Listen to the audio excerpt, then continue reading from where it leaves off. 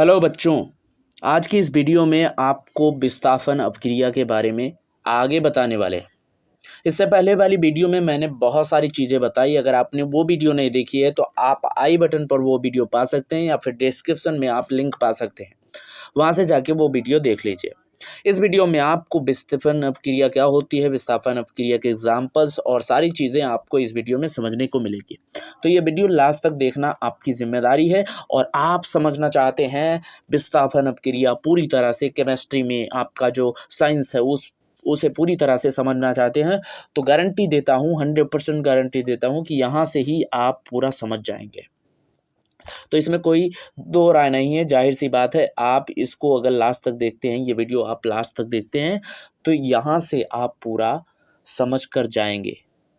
चलिए फिर बिना देरी के हम शुरू करते हैं। विस्थापन अपक्रिया के बारे में बताते हैं आपको। विस्थापन अपक्रिया क्या होती है, विस्थापन अपक्रिया कैसे काम करती है, इसका एग्जाम्पल क्या है और क्या आप इसमें सीखने वाले हैं।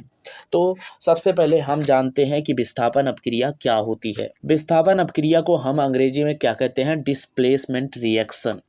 चलिए विस्थापन अपक्रिया की परिभाषा को जानते हैं। विस्थापन अपक्रिया जब कोई अधिक क्रियाशील तत्व कम क्रियाशील तत्व को उसके यौगिक से हटा देता है तो उससे विस्थापन अपक्रिया कहते हैं। जब कोई अधिक क्रियाशील वस्तु कम क्रियाशील वस्तु को हटा देता है तो उसे हम विस्थापन अपक्रिया कहते हैं। एग्जाम्पल बहुत ही बेसिक और बहुत ही इम्पोर्टेंट समझेंगे। जैसे कि एक लड़का है और एक लड़की है और एक और लड़का है जो कि गर्लफ्रेंड बॉयफ्रेंड है। कौन है? गर्लफ्रेंड बॉयफ्रेंड है। अब यहाँ पर ये जो लड़का है बॉयफ्रेंड, ये क्या है, कम पैसों वाला है। और ये जो है, ये लड़का जो है ये ज़्यादा पैसों वाला है और ज़्यादा हैंडसम भी है। और ये कम हैंडसम है और कम पैसों वाला है। इसे केयर करना भी नहीं आता है। अब यहाँ पर ये ज़्यादा पैसे वाला क्रियाशील हो गया, अधिक क्रियाशील हो गया, और ये कम पैसे वाला क्या हो गया, कम क्रियाशील हो गया। अब ये अधिक क्रियाशील वाला इस कम क्रियाशील वाले बॉयफ्रेंड को रिप्लेस कर देगा खुद से, और ये बन जाएगा इसका बॉयफ्रेंड। तो आई होप ये समझ गए, है ना। इसी तरह से एक तत्व होता है वो जो ज़्यादा पावरफुल है, और यहाँ पर एक यौगिक है जिसमें एक तत्व होता है जो कम पावरफुल है। तो ये ज़्यादा पावरफुल वाला तत्व इस छोटे से यानी कम पावरफुल वाले तत्व को हटाकर खुद वहाँ बैठ जाता है, ढकेल कर उसे खुद वहाँ बैठ जाता है। तो ऐसी जो अपक्रिया होती है वो क्या होती है, विस्थापन अपक्रिया होती है। चलिए एक एग्जाम्पल से समझते हैं, ठीक है।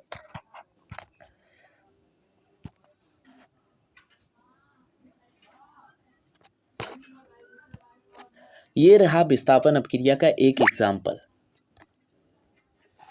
ये रहा विस्थापन अपक्रिया का एक एग्जाम्पल आपके सामने। यहाँ पर Zn है, यहाँ पर कॉपर सल्फेट है। ये कॉपर सल्फेट क्या है, एक यौगिक है, और Zn क्या है, जिंक है। यहाँ पर देखिए, अगर कॉपर जो है वो क्या है, कम क्रियाशील है, और सल्फेट जो है इस पर माइनस चार्ज है और कॉपर पर प्लस चार्ज है। जो Zn है वो क्या है, कॉपर से ज़्यादा क्रियाशील है, ये ज़्यादा क्रियाशील है, और ये कॉपर क्या है, कम क्रियाशील है। ये Zn क्या करेगा, इस कॉपर को ढकेल देगा, वहाँ से खदेड़ देगा और खुद बैठ जाएगा। और ऐसा ही हुआ है, देखो कॉपर के स्थान पे क्या आ गया है, Zn आ गया है, और ZnSO4 हो गया है, जिंक सल्फेट हो गया है। और कॉपर क्या हो गया है, कहीं भाग गया, निकल गया बाहर, रो रहा है अलग, ठीक है। तो आई होप ये समझ गए आप। इसी तरह से जब कोई किसी को खदेड़ कर खुद उसकी जगह ले ले तो उसे कहते हैं विस्थापन अपक्रिया।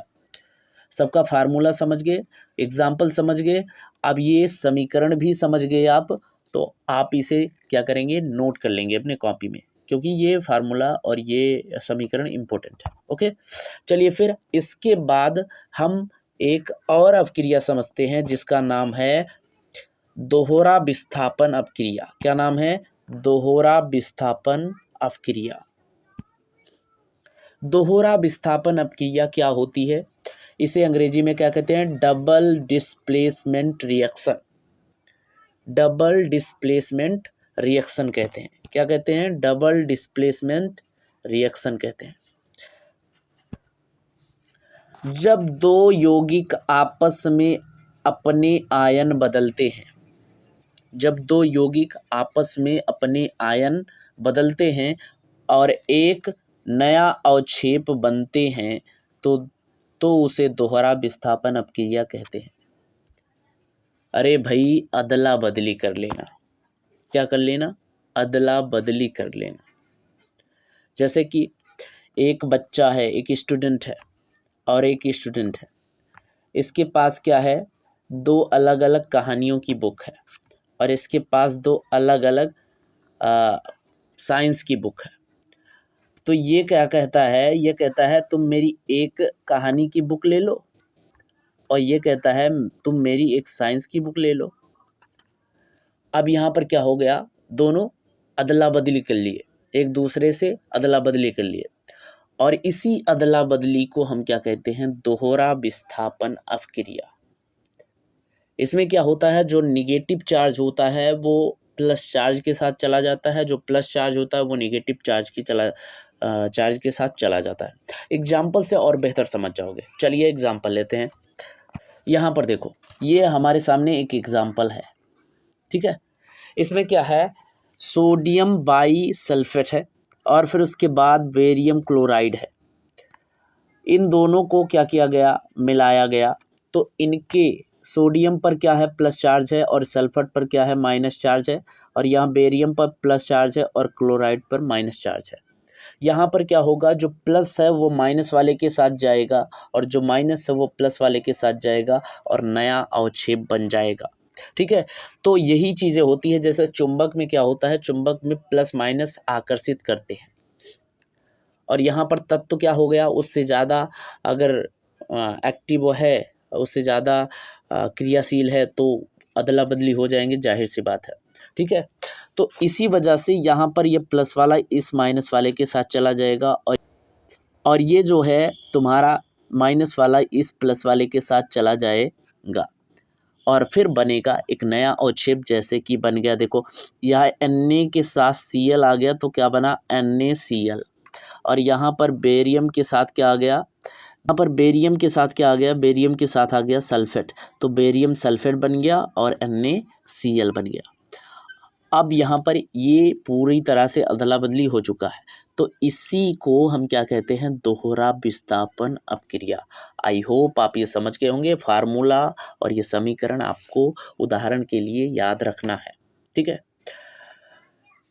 और जब बेरियम सल्फेट बनता है तो उसका अवक्षेप कैसा होता है? सफ़ेद ठोस रंग का अवक्षेप होता है। ये एक नोट है, इसे आप याद रखना, आपसे ऑप्शनल क्वेश्चन में पूछा जा सकता है। बाकी अगले अपक्रिया के बारे में बात करेंगे, लेकिन हम एक नई वीडियो में। अगर आपको वीडियो पसंद आई है तो वीडियो को लाइक करिएगा, चैनल को सब्सक्राइब करिएगा, दोस्तों को भी शेयर करिएगा। आप जब ये सारे सपोर्ट्स मुझे करेंगे तो मैं और ज़्यादा एक्टिवली आपको पढ़ा पाऊँगा, आपको बता पाऊँगा, आपको सिखा पाऊँगा। तो जय हिंद।